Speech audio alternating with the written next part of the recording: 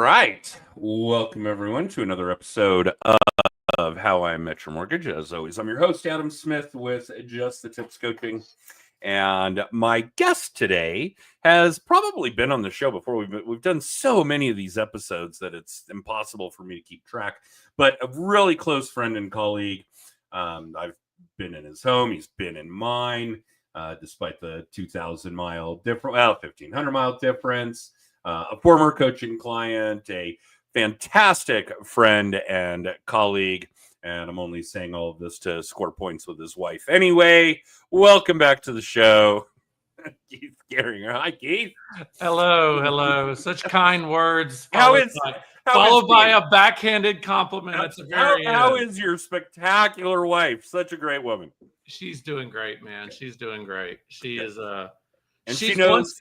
She's once again doing way better than I am in the industry this year, consistently, without doing an eighth of the work.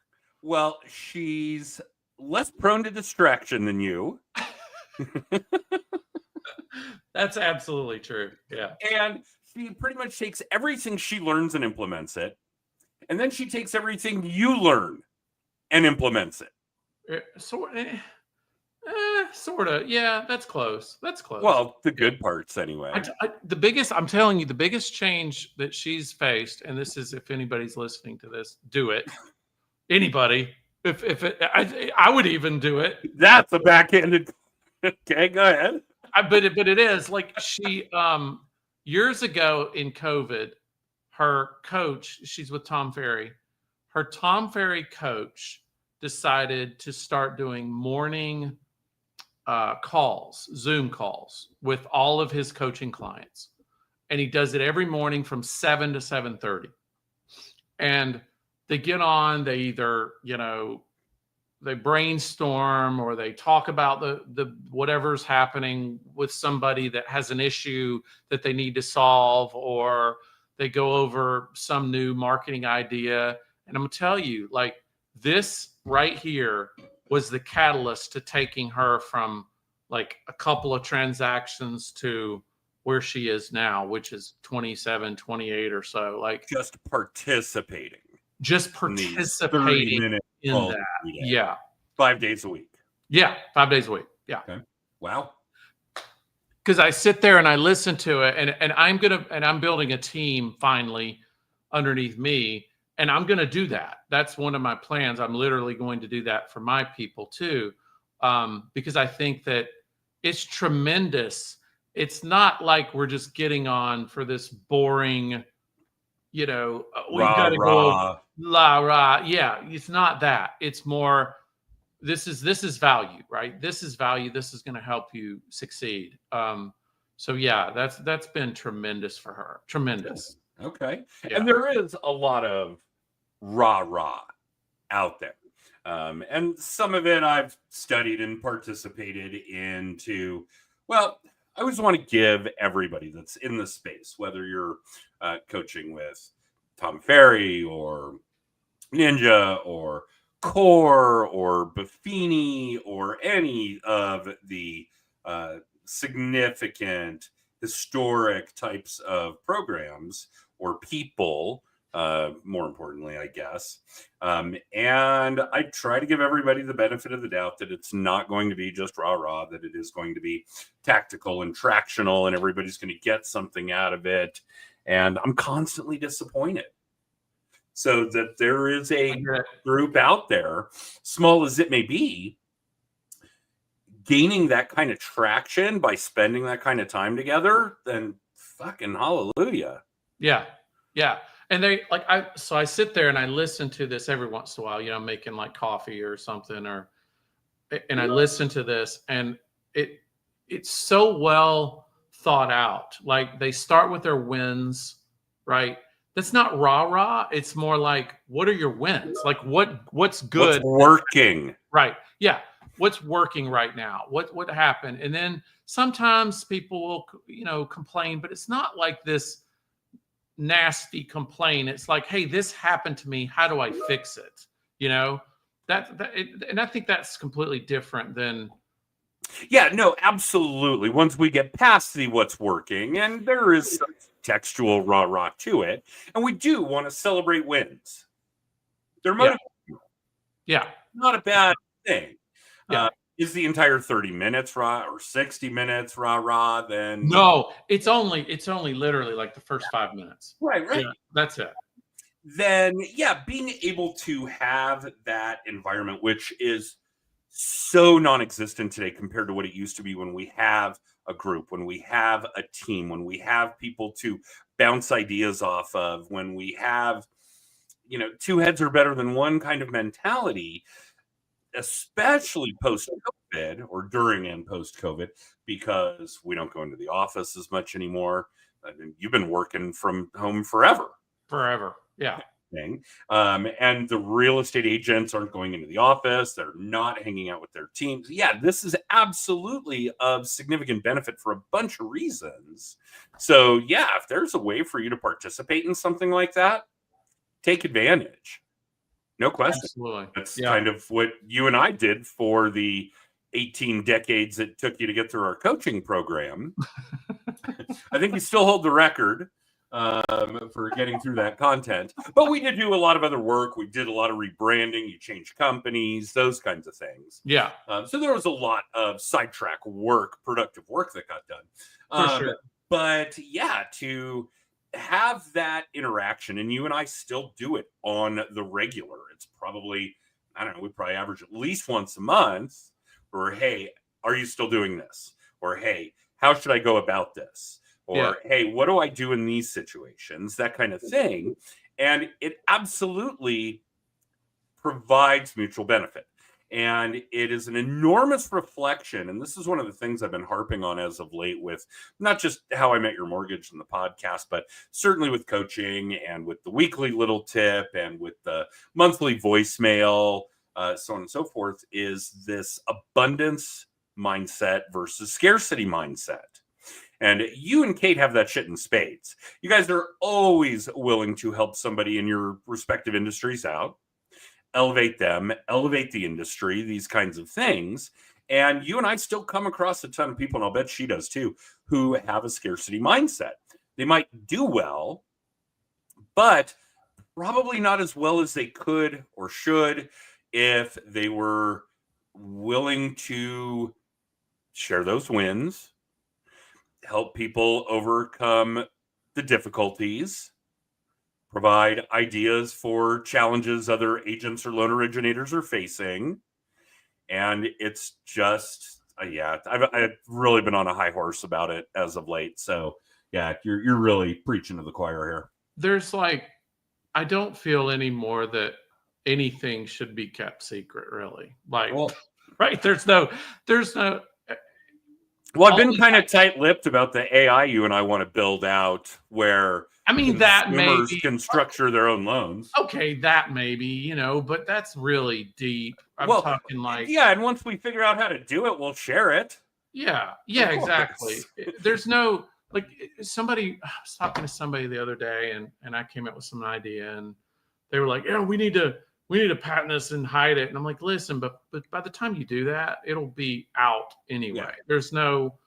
We're not in those days anymore where there's this amazing idea that's going to make you $1 million. Right? Yeah. Widgets.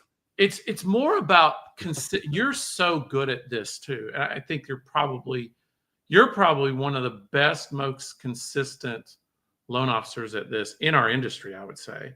And that is just plain being consistent at one thing, right? Whereas you're making your calls every day. That alone right there, just that alone is just such a game changer for all of our industries, just making the calls. And I talk to so many of my coaching clients and my realtors that I coach and the realtors that are working with me and things. And the majority of them, almost all of them, do not make consistent calls, outgoing or even texts. It's just emails or social media messages or staying in touch with people. And we talked about this on the phone the other day, but do you feel like there's this shift that people have gone through where if they do enough content if they put enough outgoing content out, that they'll get business in without having to pick up that phone. Do you think that there's a shift Yes. there? Yes.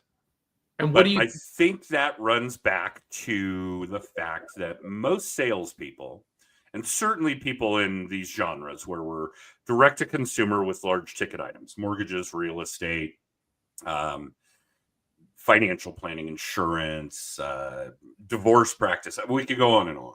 Yeah. I think that it comes back to a significant amount of call reluctance.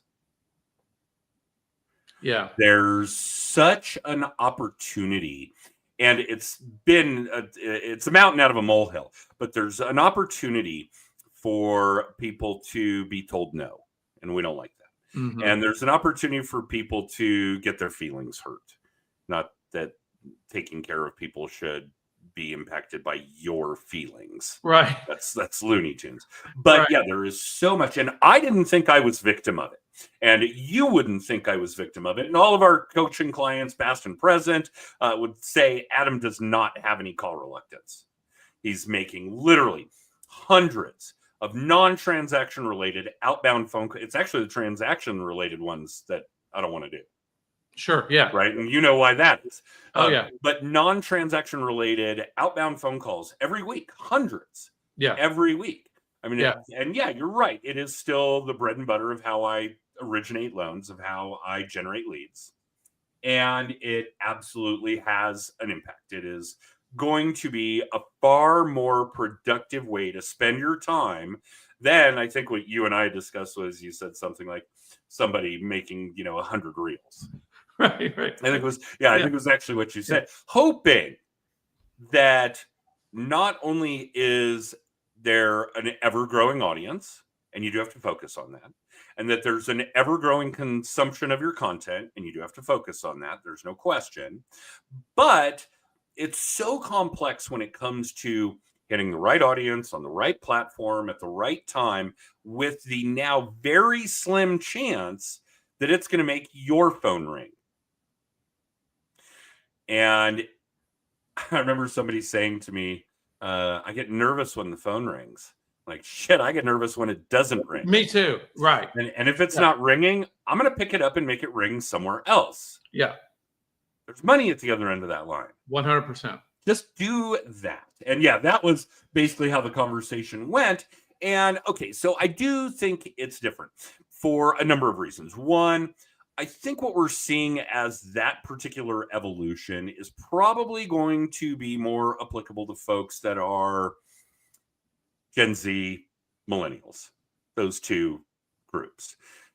Being Gen X, well, one, being the forgotten generation is exactly that. But I think that newer generations, younger generations do have a greater amount of call reluctance.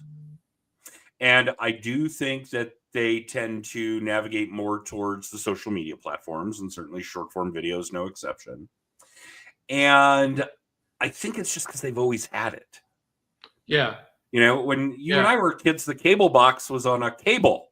There was Yeah. a cord attached to the damn television set. Yeah. Right? Yeah. And you could flip through your 36 channels by toggling and hitting one of 12 buttons. Yeah. Right? Yeah. That kind of thing. Yeah. That was high tech. Yeah. And I guarantee you were the guy like trying to mess with the antenna to try to get the dirty channels. That was you, 100%. I watched more scrambled cable than anybody. Absolutely. But and I have vivid memories of taking that control box off the television and draping the cord across the room to the coffee table, and my dad constantly tripping over it and being livid about that cable being draped across the floor. And you had to put the box back on the set for sure when you were done, because leaving a cable running across the room was totally unacceptable. Oh yeah. But that was high tech. The people that are a lot of the millennials, and certainly all of Gen Z, and we're talking about a pretty decent portion of the population when it comes to real estate agents, and even some in the mortgage population, they've always had the technology. They grew up with it. It's always been there. Yeah. right? I don't know how long the smartphone, and I mean, let's take the evolution a little past, say, the BlackBerry, that kind of thing. But I don't know, where are we at? 20 years of having a smartphone. Yeah. So at least their adult lives on, if not their entire lives on. Right. This tech, newer tech, modern day tech has existed. Although that's constantly evolving as well. And you and I were talking about AI before we went live. And I'll bet you start to see some evolution in what you and I talked about on the phone last week with the AI that you and I were talking about today before we went live. Oh, 100%. So I think that we're actually moving further away from people being comfortable using the telephone and hoping, and literally hoping, and boys and girls, hope is not a plan, right? That's what's the line I'm thinking of? You're trying to get the plane to touchdown right as the gas runs out. That's not a plan. Yeah. Hope is not a plan. Yeah. You got to be prepared. You've got to have systems, these kinds of things. And what goes on in that short form video, social media content and placement is so complex that, yeah, you could be doing it really well to the point where it does make your phone ring, but now it's a full-time job. Yeah. Yeah. Now you're a content creator. You're a content creator. That's right. Not a real estate agent. Yeah. You're right? a content creator. So yeah, and then that's you gotta hire deal. someone like me to make the phone calls for you to get the people in the door, because you're making videos all day long, right? Right. You're going out on shoot and you're wearing a whatever you got to wear to get people to click. Then you got to have, and this is where my new partnership came in. This is why you're reluctant. You don't want to show your boobs. Okay. yeah.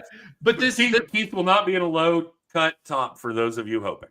No. So, but this is why I made that partnership switch is, Scott Betley is my new partner, but he is the guy that's doing that. He's the guy that's literally putting that content out there on a consistent basis, but he's been doing it for 5 years. But right? he's still not hitting the target. Well, I mean, you'd be surprised at how many leads are coming through, how many people are coming through. It is, I mean, just this week. You think the ROI is there? Oh yeah. Okay. Yeah. But here's the difference. He started 5 years ago. It's never too late to adopt for those of you listening. I'm not saying it's not too late to adopt. I'm just saying that is early adoption. You've got to put the time in though. And if you're going to put the time in, constant and consistent again. Exactly. Okay. There's a ramp up period that you're going to deal with there that you're going to have to face. Right. So I would do both. And that's what we've talked about many, many times. Yep. Is make your calls early. I like this, honestly, this green. It was something I wrote down in my journal the other day. Green give is the way I look at it, right? Green time is our call time, our text time, our emails, our what makes the actual deals come in. High dollar activity. Right. But then you could switch over to give, which in many ways I feel like content is giving. I don't look at content. It's good content, and it should be, and then it does. Yeah, you're giving information out to help somebody, and then if they raise their hand, they're going to come to you for business. But I've switched over to that for the green time, then give, and it's working really, really well. And so this is chess clock activity. The what? The chess clock activity. Yeah, very similar. We made you run through. Very similar. Yeah, very similar. Yeah, the green time first, and I tried this so many different ways. Like, okay, could I do my calls sporadically through the day? And the answer is no. The answer is no, because you won't do them. Right. Well, that's part of it, and I think another part of it, and this is gonna, me harping back on this subject, is that it's a very eat the frog kind of mentality. Everybody has call reluctance. And actually where I was going with that was please pick up a copy of Carl White's Overcoming Call Reluctance. It's a great book. I've read that when he 5 times. sent it to me, I was like, I don't have call reluctance. And I was like, oh, shit, yes, I do. And nobody in the industry would say I do, except maybe Carl. But yeah, there was absolutely a degree of it. So if you have call reluctance, then it has to fall within that eat the frog mentality. And if you guys haven't read that book, please do. But that's on the bookshelf right there too. Absolutely. Yeah. And the general principle there is get the things done that you don't want to do out of the way. Mm-hmm. Get it done. Yep. And then you have time to do the things you do want to do. And maybe that is content creation. Mm-hmm. Yeah. That's the reward to me. Like the content creation is the reward for getting the monotonous stuff out of the way. And to speak to your point on the call reluctance, I think after 23 years that everybody has call reluctance. Everybody. If I do, everybody does. And I think that I think also that it comes in waves and it honestly never goes away, right? Like you beat it by eating the frog. Right. That's what eliminates the call reluctance. Like if you beat it by being regimented about it. Yeah. By being constant and consistent about it. You've seen my calendar, which has only grown since the last time you've seen it. In fact, I'm almost a year out. Wow. I was booking phone calls in the same manner that are you still putting them on Outlook or Google Calendar? Are you still Outlook? That just blows me away still. I know. That you put the next call, and anybody listening to this is so brilliant. It's like a conveyor belt he creates. But he puts the next call on his calendar at the next time. And you actually put it on the calendar at a time too. Yeah. Right? Oh, yeah. So it's not like a task inside a Google Task or something. No, if you ask me what I'm doing from 9:05 to 9:10 on September 14 of 2026, I could tell you. It's brilliant. It's still brilliant. It's not. It's logical. And it's sensical, and it works. Right, it works, and you're blocking that time off, and that they're in that time frame, no matter what. Nothing interrupts me. Nothing interrupts you, right? Yeah. In fact, there have been plenty of episodes over the years with my team. Excuse me, and I've had the same team for quite a while. They know that if I am up dicking around the office in that window, to tell me to get back to work. Yeah. Right? I mean, it's crucial. If I'm not doing the lead gen work, and obviously that's a big piece of my lead gen work, then none of us has a job. Right. Yeah. That's exactly right. If I'm not acting as a loan originator, originating loans, originating the business, then there is no business. That's right. Then I no longer own a business. Yeah. So, and how many times have we stopped doing that and then just looked down and gone, well, okay. Well, you more than me. You're extremely regimented, but look down and gone, okay, I don't have any loans for next month at all. Pick up the phone. It usually translates to call, text, and email. You're right. Yeah. Or DM. Yeah. Or all the above. Yeah.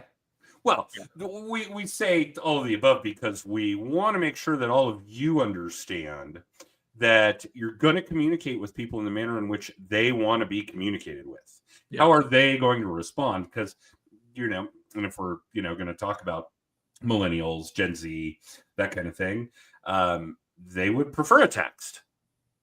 Right. Most of the time. Right. Or a DM or whatever the case may be, but we're going to communicate with people in the manner in which they want to be communicated with, because that's what's going to generate response. That's what's going to generate activity. That's what's going to generate conversation, which is what we want. And I think you and I had talked about this. It's what they want. We want to, just as humans these days, we just want to be engaged with. Mm-hmm. We're really tired of all the systemization. And they're so on the other side, they're so used to like the terrible calls, right? Like your car warranty, trying to recruit us that just is I still terrible. get car warranty calls about cars I never owned. Right. Now that's a unique one. And every now and then I'll reach out to somebody saying, hey, I got your information, so-and-so referred me. And they're like, take me off your spam. I'm like, no, this isn't spam. Right. You filled out this information. Right. I'm responding to you, but we're Right. just so used to it. Right. Yeah. That's especially on text. You get that a lot more on text now. Where if you text someone, right? Certainly more than the phone. It's like they don't even look at it anymore. Stop. Stop. Right. But I think you're exactly right. And I feel like people nowadays are more receptive because of exactly what you said. A lot of people are no longer making phone calls at all. Right. They're doing these other ways to get business in the door, which, hey, that's fine. I mean, that's cool. But for you and I think we have now an advantage over just simply calling people, because if most of the competition is not making phone calls at all, then the people that are making phone calls should be easier for them to reach people. I don't know. That's what I'm finding. I don't know about you. No, you're absolutely right. I'm getting more people on the phone than I ever have been before. And you and I were going to have this wonderful high-tech AI conversation. And here we are talking about how, some of this old school shit still works. Yeah. This is why this kind of content and activity, and don't get me wrong, everybody, you've got to be doing a handful of things. Sure. You don't have to be doing all the things, but you got to be doing a handful of things. And that, for me, is certainly including social media and video. Not to that degree, and it's certainly not primary. But if you are with Ninja, or you're with Tom Ferry, or you're with Buffini, or you're with the Core, or whatever the case may be, there is still this content being taught in every coaching program, ours included, because it still works. Yeah. Okay. Yeah. Now, a lot of these other programs aren't really moving along with the times. We don't really go through all the steps that you've gone through. Yeah. Setting up all the social media profiles and platforms. Yeah. Figuring out how and when to do what kind of content, cross-posting, video, short-form video, on and on. Yeah. You've got to do the things, plural. But yeah, there's a reason that this is still pretty much content in every coaching program on the planet. Yeah. Because it still works. Yeah.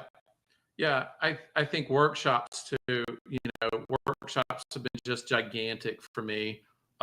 Putting on different types of workshops for all kinds of different clientele. We do a lot of business off of workshops now. In person. Not even Zoom. Okay. Zoom. Yeah, Zoom I said that wrong. But I mean actual human interaction. Yeah.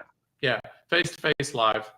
Workshops to me are phenomenal. That came from me taking the Russell Brunson stuff and the Alex Hormozi stuff and all of that. That was a game changer also. So I love this mix between very, very low tech and very, very high tech, right? Like, let's go as low as we can for 2 or 3 hours a day, making calls. And let's go as high as we can for a couple of hours a day. Let's go as high as we can after that by doing a workshop and putting 80 people on it, and then sending them to a landing page that has a lead magnet where they opt in for something and book a call with you, right? Like there's this happy medium between the two that I think can coexist very, very easily. Yeah. It's not that it can, it's that it has to. Yeah. You've got to find a way to integrate those two things. Yeah. There's just no question about it today. And God, I hate to crack the AI egg because we're not going to have time to cook it. But we'll do another episode. Sure. Yeah. I mean, I think timeliness. This is more important. I did my realtor workshop this week or last week on this subject, what we're talking about, where it's just get back to speed on right now because I think that everybody else is distracted so much with AI. And not to say, listen, we could have another 8-hour call with AI and how to make the mouth match up and literally where you can't tell hardly that it's you. But how to create a cartoon action figure of yourself. Exactly. I got a new one now where we can literally go into like Kling and play around and build entire stories and put voiceovers on it. We could do that at a different time, okay? But if you really want the real money right now, I think it's exactly in the low tech because everybody else is so focused on learning all this other stuff. And it's just coming out all the time, right? It's like, oh, Nanobana came out. I got to go figure out how to edit all my images on Nanobana. Oh, this week, ChatGPT will upload a video and actually look through it for you and tell you what changes to make. It's like everybody's minds are so consumed with that stuff that I really feel like they're not making calls. And if you and I and the listeners start making just simple phone calls, texts and emails, all these other people that are doing all the other stuff, you're going to just get in front of more people, I did that the other day. You're going to get in front of the right people at the right time. I did this the other day. I just made a call to a past client, and he goes, man, I can't believe you're calling me. Like I just made an offer on a house. And I was like, dude, what? Really? But it turns out he liked my offer better. He takes the entire contract, the entire package, flips it right over to me that day, and we're closing it into this month. Now, if I would not have made that call, right, I would not have gotten that transaction. So you wouldn't have even known. No, but let's say I made a freaking AI video and I put it in front of the dude on his social media. That wouldn't have got that deal, right? Yeah. But I do think like between the two, and I think it has to do with time management, where you're doing that low tech work, the green work in the morning, and you're giving or you're doing the high tech work in the afternoon. You got to do your appointments and stuff too. But that's what I like. That's what I crave now. Is like I want to do my low tech stuff. I want to get it over. I want to eat the frog. Then I want to move on to do the fun stuff. That's my reward for the day. There is an example of eating the frog, overcoming call reluctance. You just ran the game. Yeah. Perfect. All right. Yeah. All right. Well, thanks, man. Yeah, buddy. I know carving out this kind of time on a Monday morning. It is. I always struggle with whether or not you're Central or Eastern. Central. Yeah, I know. Yeah. But we'll do it again. I'll put another episode on the calendar. Do it. Yeah, we'll talk about the high tech. Yeah, sure. We're going to get there, and we'll eventually get to talk about the high tech stuff we're actually working on internally. Okay. All right. Not really, but when it works, then it will no longer be a secret. Yeah. How about that? All right. Yep. For the rest of you watching or listening live or in syndication, thank you for tuning in. I did see that we got a couple of nods from Ben Lavender, Aaron Dehart. Love you guys. Hope things are well in your respective Nevada and New York locations. Actually, I reversed those. Ben's in New York, Aaron's in Nevada. But yeah, for the rest of you, we do this pretty much every Monday at 9:30 Pacific, 12:30 Eastern, live on Facebook, LinkedIn, and YouTube. Wednesdays, you can catch the podcast on Amazon, Apple, and Spotify. And I don't know what else. I mean, we just rolled the calendar over the Mile High Mastermind last weekend of September every year. We do obviously still have our half-day programs and day-long programs and those kinds of things. But if you guys want to find out all the things about Just the Tips Coaching, go check out the website at justthetipscoaching.com. And you're welcome, man. All right, and I would be remiss if I didn't say hi to Kate. All right, man. we had to come full circle. All right. Don't go too far. I am going to run our extra. I'll be right back with you, Keith. The rest of you, thanks for tuning in, and we'll